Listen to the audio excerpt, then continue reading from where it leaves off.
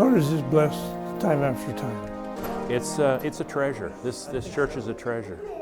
If we're ever worried about the future of our church, the direction of the ministry, the leadership, the finances, we need to remember how faithful God has been to us in the past. And the stories of our church tell of an amazingly faithful God. I'd like to go back in history a little bit. We were the first church in the valley. We were in the old church, what we called the old church. Of course, before that was a log church, I was told, that they started in Palmer. It was over right across the street from Bishop's Attic. I didn't like that church building.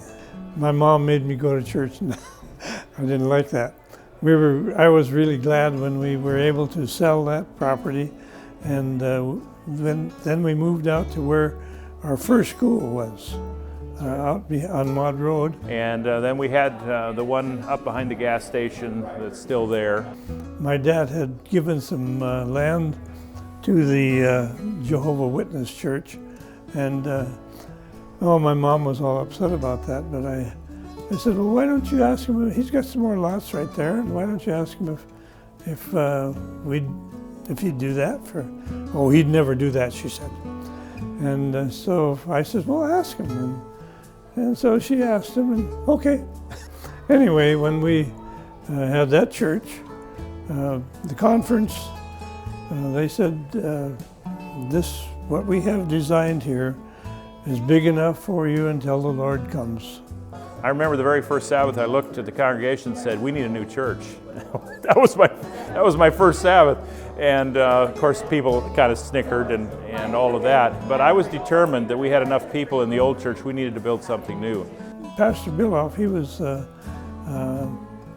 was very instrumental in getting things going. So we looked for property, we did all the things. But to be honest, we started this building project once we found the property with about $2,000 in the building account. And Marge Hoskins, she lived right next door. Her husband had died. Roy is one of our members here, and she wanted us to have this property. And it was quite valuable property. And we bought 5 acres. At a very reduced price of what it was really worth. She offered if we wanted to buy any more, and we took another 10 at that time. So that's why we had the 15-acre piece here. The members really pulled together, and we got this building built. We did most of the work ourselves. We saved as much money as we could. About the only thing that we did not do on this building was hang the sheetrock, lay the carpet. That's about it. What a blessing it has been.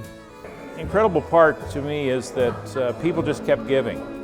And we tried everything, there's no doubt. You know, we asked people if they'd like to, if you can't give a certain amount, how about the price of a window or so many trusses? Or we divided it up into smaller numbers so that people could get their mind around it and say, are you willing to buy so many square feet of this building or pay for so many square feet? Some were, oh, it's too big. And it worked. I mean, the money came in. And then when we finally got, well, it's too small. I think the real remarkable part is that the congregation built this building themselves.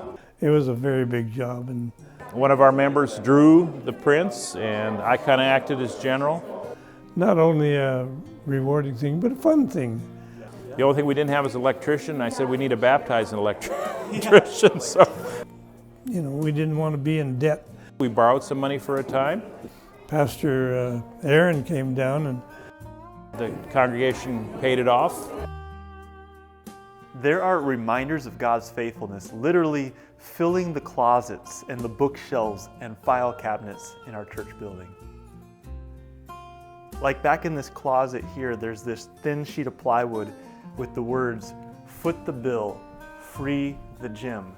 And it reminds us that there's a facility being used for ministry right now, and it's paid for. And here are some of the pledges. It's paid in full. What a blessing to do ministry and to do it debt-free. Here's what I found on one of the shelves in my office. This stuff is outdated, but it tells of God's faithfulness. Here is a letter from the gym fundraising team and a flyer. Maybe you got one of these. It says, funds raised, $920,000.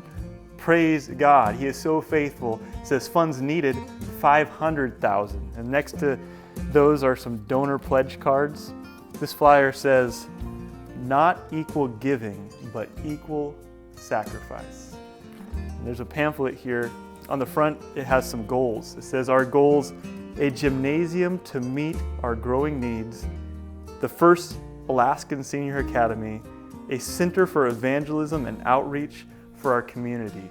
These are blessings that we've seen God give in the past, but they remind us that the story of this church is a story of a faithful God. It's just been a blessing after blessing how it's progressed in bringing the gospel to this area. Actually, the gentleman that drew the blueprints said it. He said, when you first started down this road, he said, I thought you were crazy. But he said, I have come to the conclusion that if this congregation wants to, and these are his words, they can do anything. Seriously, he said that. You're going to hear us talk about finances. Churches are always talking about finances. There's always a project to fund. And right now, there are some real opportunities to meet some real needs. It's something we should take seriously, but it's not something to worry about. Well, I'm not worried about it. It'll happen, and if it doesn't, the Lord's coming anyway. I want to thank you for your faithfulness in financial giving to the needs and the ministries in this church. It's an echo of God's faithfulness to us. And I want to remind us that behind every act of sacrificial giving, every financial need, every bit of fundraising effort, there is a faithful God. Well, there's a lot more to it than that, but the Lord has just blessed time after time.